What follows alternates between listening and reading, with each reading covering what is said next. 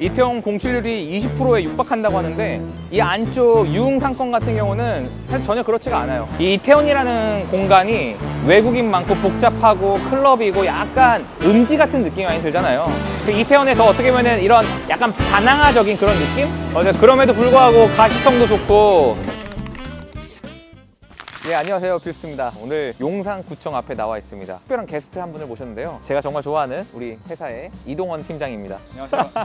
베트남의 이동원 팀장입니다. 네. 반갑습니다. 예, 바로 앞에 있는 건물이 또 공교롭게도 되게 유명하신 분의 건물이에요. 예, 누구 건물이죠? 장윤정 씨라고 알고 있는데요. 장윤정 씨 같은 경우는 이 건물을 41억 5천만 원에 작년 6월에 매입을 했습니다. 매입을 했을 때보다 리모델링은 되어 있는 상황인데 또 다른 뭐 임차사가 들어온 건 아니라서 앞으로 어떤 임차사가 들어올지 좀 궁금합니다. 평당가 같은 경우는 사실 뭐 적당하게 보시는 분들이 많은 것 같더라고요. 근데 제가 봤을 때는 여기서 이 금액에서 나올 수 있는 수익률, 은행 이자를 약 70% 받았다고 했을 때 감당할 수 있는 건물 사이즈는 아니에요. 왜냐하면 층당 면적이 너무 작기 때문에. 하지만 이 일대가 또 건물이 많이 없어서 거래할 수 있는 건물이 없거든요. 그 말은 즉 두 가지가 있어요. 희소성이라는 게 있고, 두 번째는 감정가가 많이 올라가지 않아서 매각하는 데 있어서 비싸게 매각하기가 좀 어려운 부분들이 있을 것 같아요. 왜냐면 감정가가 못 따라오니까. 원래 이 일대가 한남동의 재개발 지역이 5구역까지 있는데 여기는 1구역이었거든요. 자, 이 일대 내려오게 되면은 되게 또 유명한 분의 건물이 하나 있어요. 자, 바로 이 앞에 있는 건물입니다.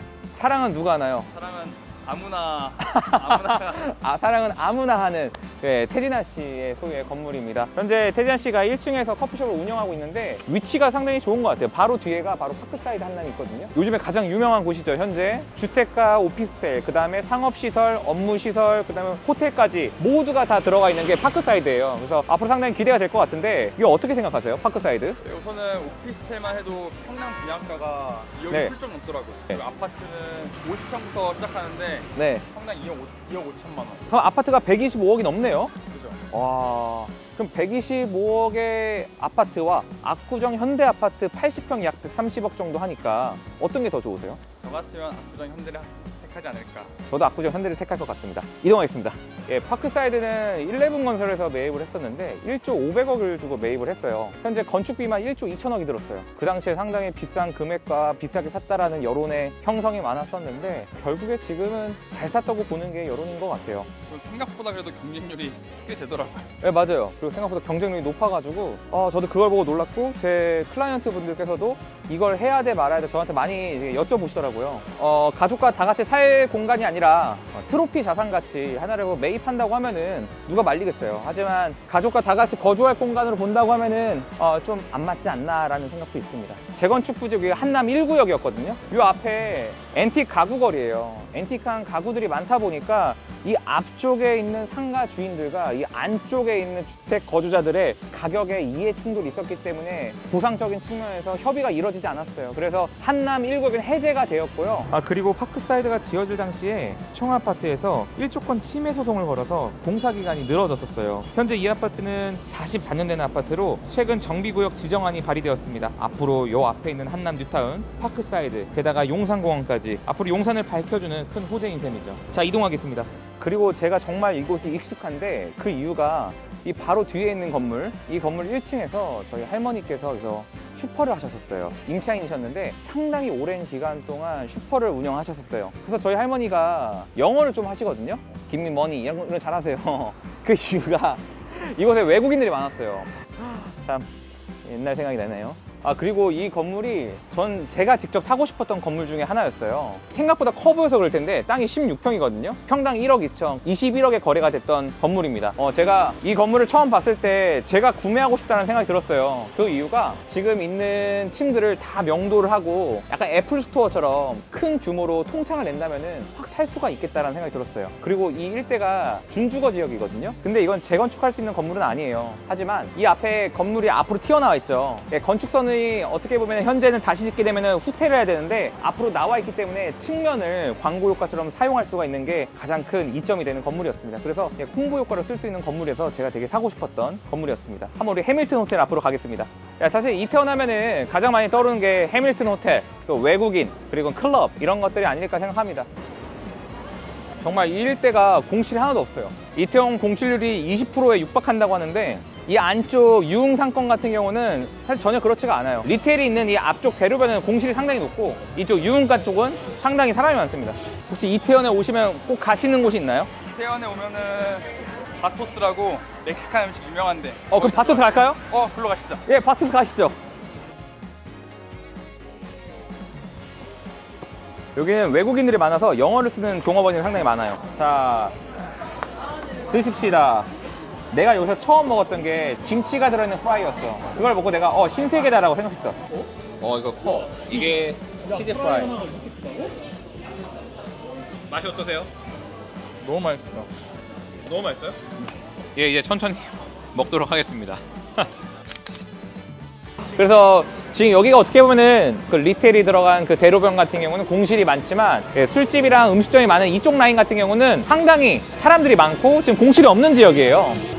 제가 아직도 기억나는 게 여기가 거기였죠. 홍석천 씨가 했던 마이타이 음식점이었습니다. 이 일대가 홍석천 씨가 많은 업장들을 세우면서 상당히 유명해졌던 길이었는데 그때 이제 술집이라든지 라운지바가 많이 들어서면서 상당히 붐했던 그런 위치였죠. 근데 여기가 코로나 전까지는 상당히 인기가 많았어요. 코로나 이슈가 터지면서 여기 있던 업장들이 로데오라든지 세로스길 라인으로 이제 업장을 옮기게 되면서 이쪽이 상당히 주춤했었는데 현재는 사람들이 정말 많습니다.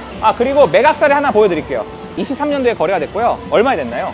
43억 5천에 거래가 되었습니다. 이건 대지 면적이랑 토지 면적이 10평 정도 차이가 나요. 그래서 토지 면적 기준으로는 평당가가 한 1억 5천 정도인데 대지 면적 기준으로 하면은 2억 1천이 넘어갑니다. 이 건물 같은 경우는 사실 신축을 하기는 어려운 땅이죠. 대지 면적이 너무 작다 보니까. 그래서 계속해서 리뉴얼로 맞춰야 되는 그런 건물입니다. 그럼에도 불구하고 가시성도 좋고 이 요지의 위치에 40억대 볼륨이라고 하면은 잘 사신 것 같아요.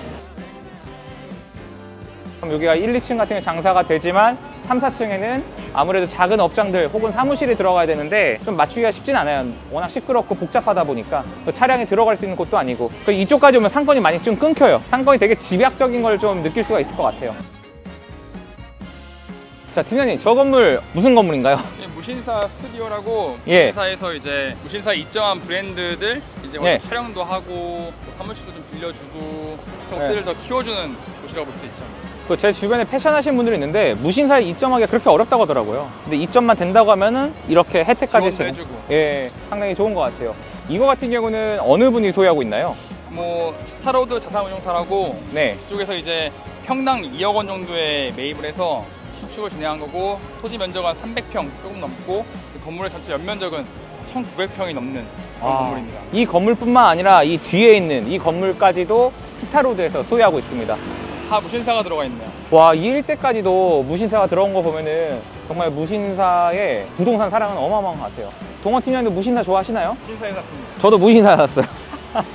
어떻게 보면 이렇게 기업들이 들어오다 보니까 좀 더 분위기가 많이 사는 것 같아요. 이 이태원이라는 공간이 외국인 많고 복잡하고 클럽이고 약간 음지 같은 느낌이 많이 들잖아요. 그런데 이런 무신사 같은 큰 기업들이 들어오면서 패셔너블한 분위기까지 형성이 되다 보니까 다른 색채를 갖게 되는 것 같아요. 더 이어져서 한남동까지 이 고급 상권까지 연결이 되기 때문에 이태원에 더 어떻게 보면 이런 약간 반항아적인 그런 느낌? 자, 이제 끝으로 이태원의 발언을 정리해 보도록 하겠습니다. 이태원에 투자할 때 좀 중요하게 봐야 한다는 점이 어떤 게 있나요? 이태원은 아무래도 투자할 때 임대 수익률이 굉장히 중요하기 때문에 임대료가 높더라도 과연 이 임차인이 나간 다음에 내가 이 수준으로 다시 맞출 수 있을까? 맞아요. 이런 점을 좀 유심히 봐야 될 것 같아요. 정말 명확한 말씀하신 것 같아요. 땅을 투자하고 그 건물을 통해서 수익을 창출하는 거기 때문에 이 건물의 임차인의 임대료에 현혹되기보다는 나가더라도 이 정도 수준의 더 업사이드가 있는지 그런 부분을 보셨으면 좋겠습니다. 토지와 대지 면적 등의 차이도 꼼꼼히 살피면서 나중에 이거를 재건축했을 때 어떤 효과가 있을까,